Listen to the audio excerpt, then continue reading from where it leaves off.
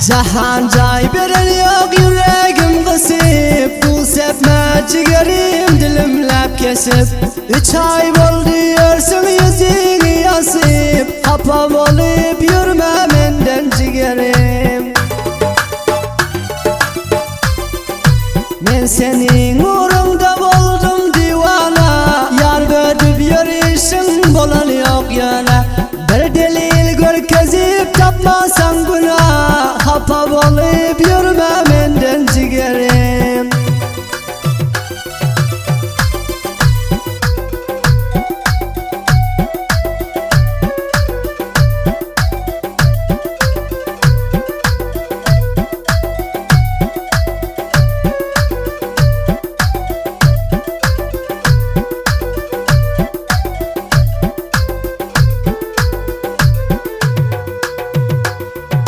Kalbime maratil gam bilen bozdun Nedip gönlün etti ait nedip düzdün Ya düşman yep verdi ya özün aldın Hapa olup yürüme menden ciğerim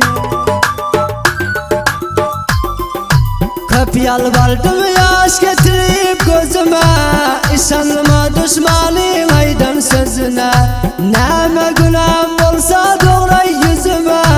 Hapa olup yürüme menden ciğerim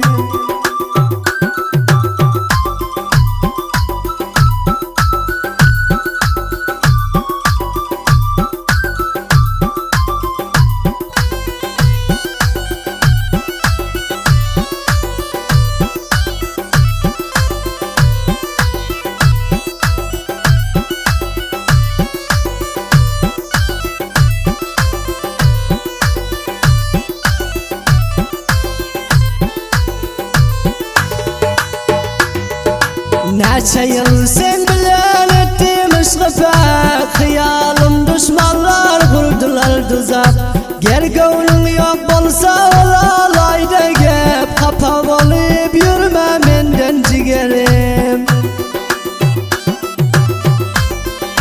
Koydun gül yaş basayım batırıp gama Ger gönlün yok bolsa meyle aytmana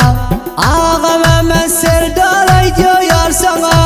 Hapa olup yürüme menden ciğerim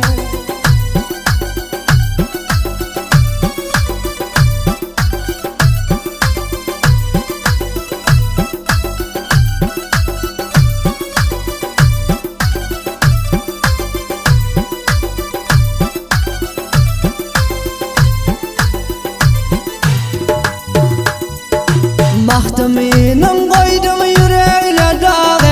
O yanı bağlıyor seherin çağı Hakkına nemetti bulham yabe Kapa olup yürüme menden ciğerim